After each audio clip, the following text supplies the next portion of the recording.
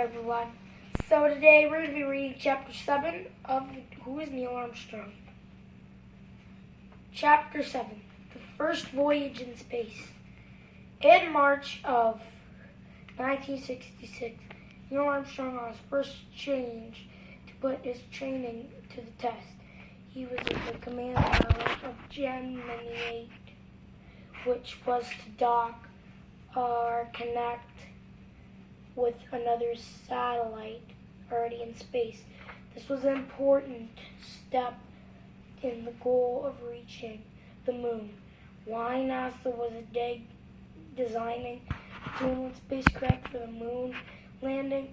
A small landing device would disconnect from a larger spacecraft, touch down on the moon, and then blast off from the moon's surface and reunite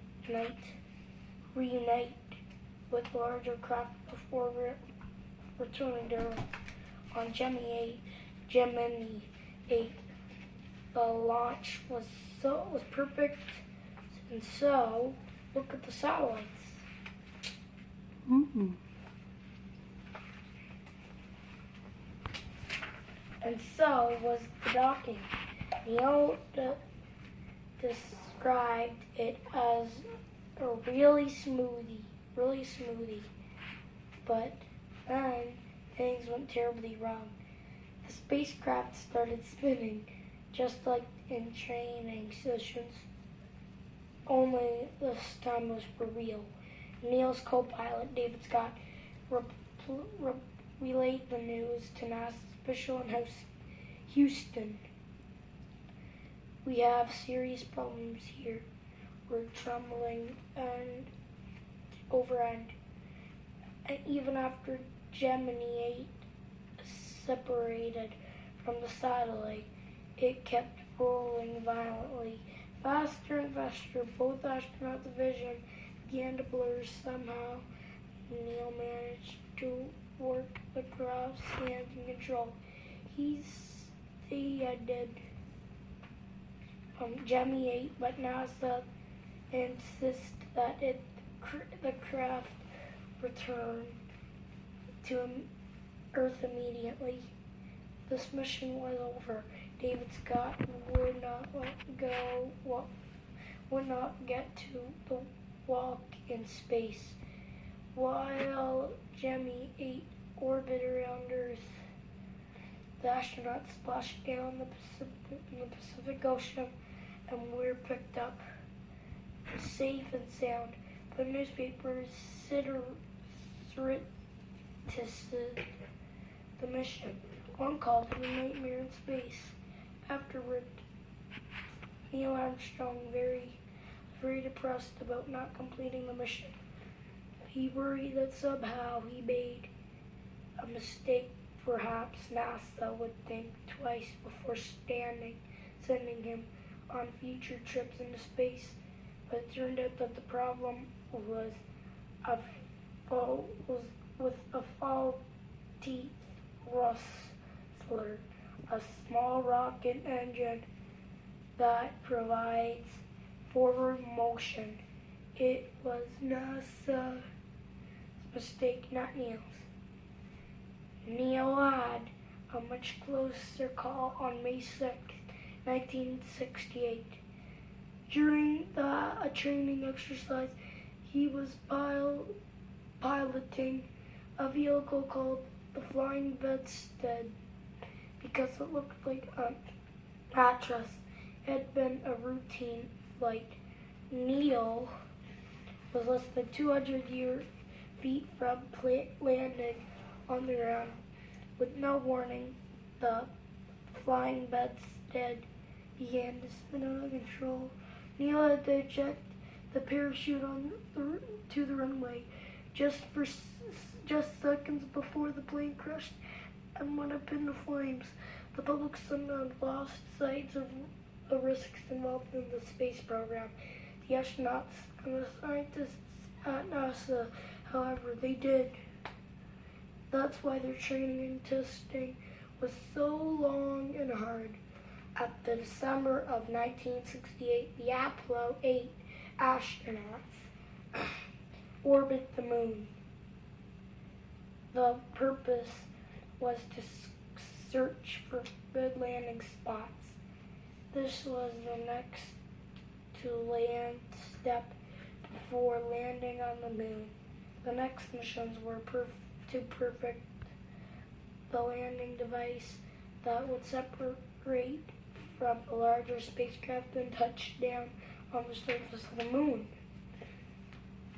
In January 1969, Neil Armstrong was named commander of Apollo 11. The two astronauts were Buzz Aldrin and Michael Collins. Most of the earlier Apollo crews became good friends during their many months training together. The three men of Apollo 11 worked Apollo 11 worked well together, but never grew close. It wasn't that they disliked one another, but at the end of the day, they got in their cars and drove their separate ways. Then they'd return the next day and resume training. They worked inside life-size models of the spacecraft and the landing device. Even step of the mission was practiced over and over. NASA engineers in Texas could show much of the flight through computers, but the astronauts were on their own. If anything went wrong, sometimes the engineers would purposely cause errors to test the skills of Neil, Buzz, and Michael. A Saturn V rocket would launch the spacecraft named Columbia into orbit around the Earth, and they blasted in the direction of the moon.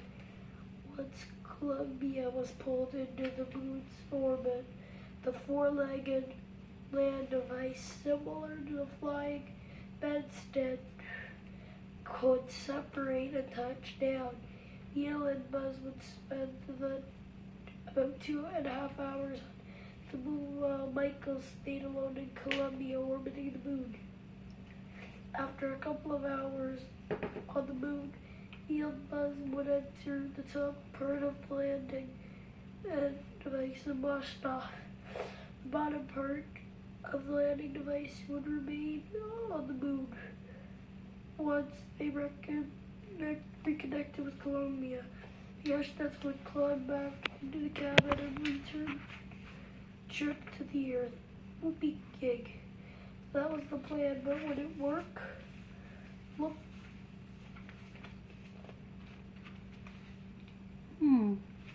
Cool.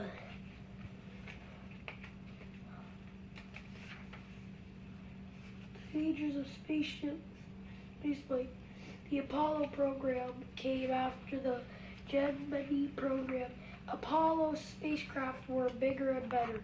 NASA thought a moon landing might happen in 1967.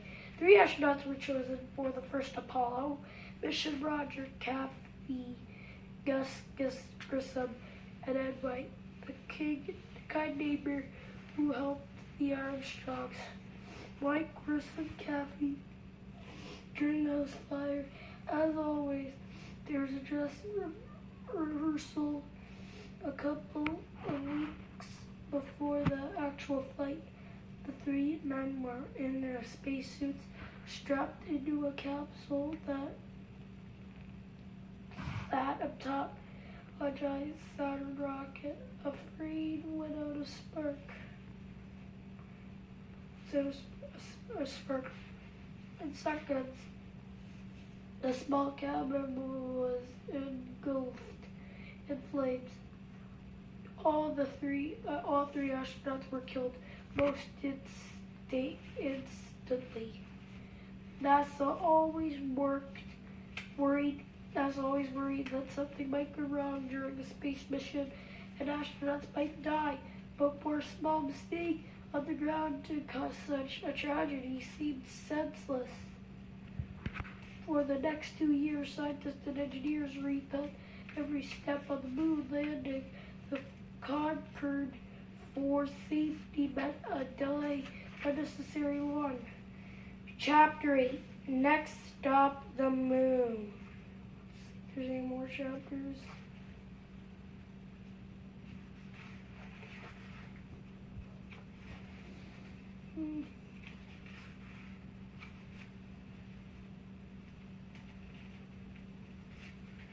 Yeah, that'll be it for tonight, guys. What'll happen tomorrow? No, on Monday. This is Owen signing off.